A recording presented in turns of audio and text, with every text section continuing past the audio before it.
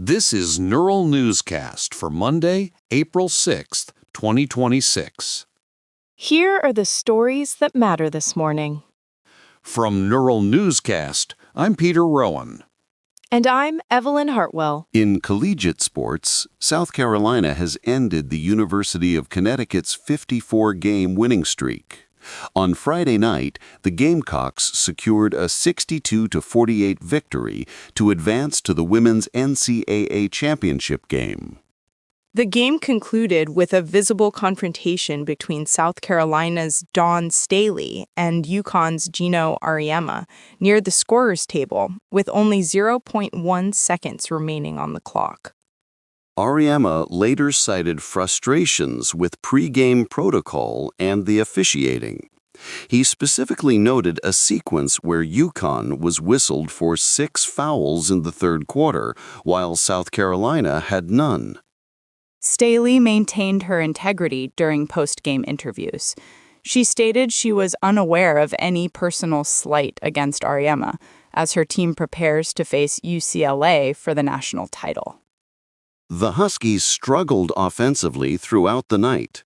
Star Sarah Strong finished with 12 points on 4 of 16 shooting while wearing a jersey that was ripped during the physical play.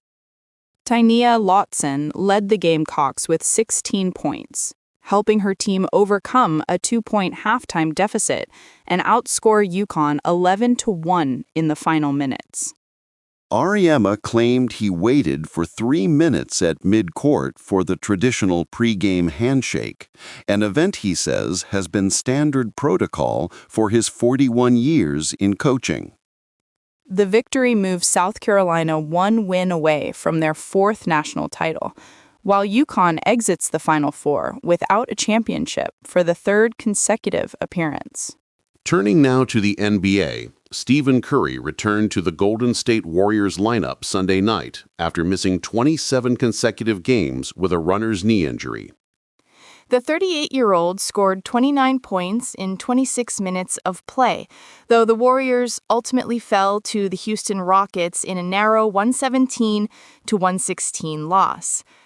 Head coach Steve Kerr had previously dismissed suggestions of shutting Curry down for the season, emphasizing the importance of maintaining a competitive culture even while locked into a play-in spot.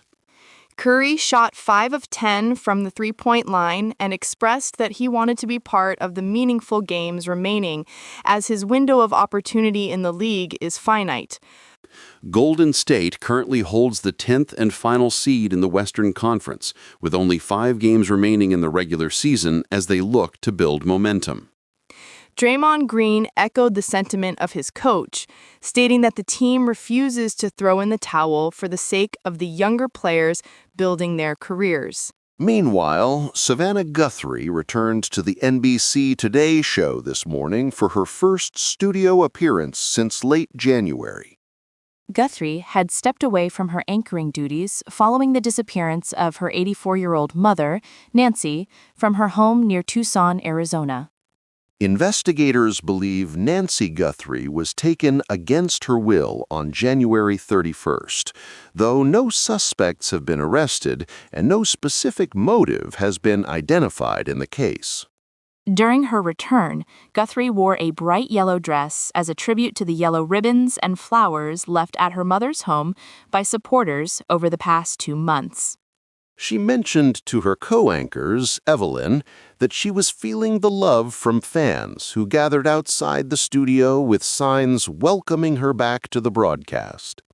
Guthrie also reaffirmed her faith in an Easter message recently, stating that returning to her professional purpose was a vital step even amid the ongoing search. Next, here is what else we are watching. South Carolina will face UCLA in the Women's National Championship game, following the Bruins' victory over Texas on Friday.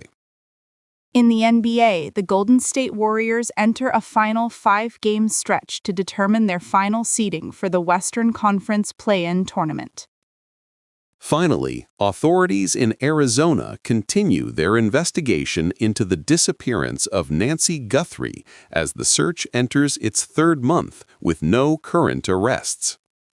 Tomorrow, We will be tracking the latest developments in the global energy sector and its impact on shipping routes. I'm Peter Rowan. And I'm Evelyn Hartwell. This has been Neural Newscast. Thank you for listening, and join us again tomorrow. Neural Newscast is AI-assisted, human-reviewed. View our AI transparency policy at neuralnewscast.com.